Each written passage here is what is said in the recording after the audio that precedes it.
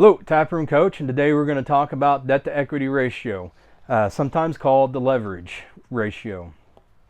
So what this is basically saying is you're leveraging X amount of dollars to gain Y amount of debt. And if your ratio is 1-to-1, and that is a good ratio, you would have $800,000 in debt and $800,000 in shareholder equity. As a rule of thumb, you want your debt to equity ratio to be no higher of 2.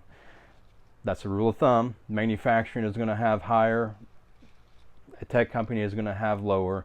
So just kind of use that as your guidance as you're looking at your debt to equity ratio if you're wanting to expand or bring on some new investors.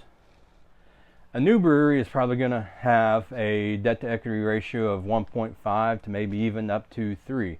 There's a lot to invest in up front.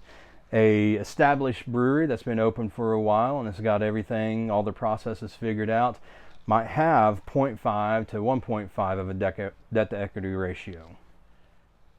Having a low debt to equity ratio or a high debt to equity ratio are both things kind of looked at by banks and investors to see, are you leveraging your business a little bit to be able to grow into the areas that you need to grow, just making those strategic moves to accommodate the growth of the business.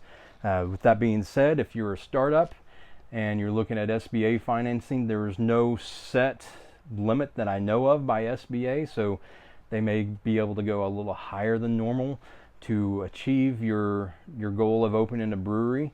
So just keep that in mind. There's not a set amount with the SBA that I know of. And so with that being said, always use data and metrics to drive your volume and profit. Cheers.